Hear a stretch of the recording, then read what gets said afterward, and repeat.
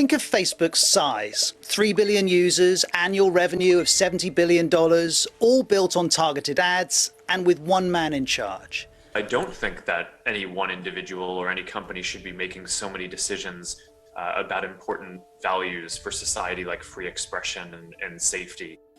But is Facebook losing control? Can it manage misinformation and hate speech? Facebook's certainly under pressure. It's facing an advertiser boycott that's growing by the day. It was started by the campaign Stop Hate for Profit. It lists the content it wants gone from Facebook and Instagram too. This includes white supremacy, anti-Semitism, and vaccine misinformation. And the message resonated. All of these companies have now joined the boycott. Lego, for example, says it wants to contribute to a positive, inclusive digital environment. The language is more stark from clothing company Patagonia. Their business model's flawed and they failed to take the steps needed to remedy it. So I think now more than ever, they're endangering human health and weakening our democratic systems.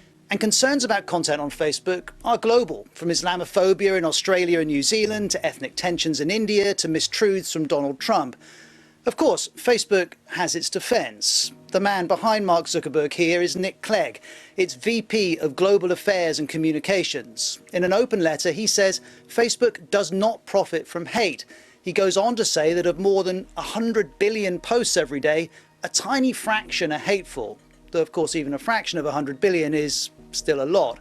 Facebook also highlights its policy targeting content from dangerous individuals and organizations, a new campaign offering advice on misinformation, and a new oversight board which will review content, though hasn't yet. And we're told Facebook has gone from identifying a quarter of the hateful content it removes to 88% of it. Its critics, though, say this isn't enough, and three issues cut to the heart of this. The first is Facebook's scale. Nick Clegg argues rooting out the hate is like looking for a needle in a haystack. We can't eliminate all hate speech, he says. And on one level, he's right. The volume of content is vast and ever expanding. Any system would struggle to monitor it all. But this isn't all or nothing. This is about reducing the content and making it harder to find. Which leads us to the next issue of which content is targeted, who decides what's truthful and what's hateful. This is Mark Zuckerberg talking to the BBC. I think you want to generally allow as wide of an aperture of expression as possible across the internet. He's also said he doesn't want Facebook to be an arbiter of truth. But this ad boycott is asking all tech platforms to be arbiters. And they're reaching different conclusions.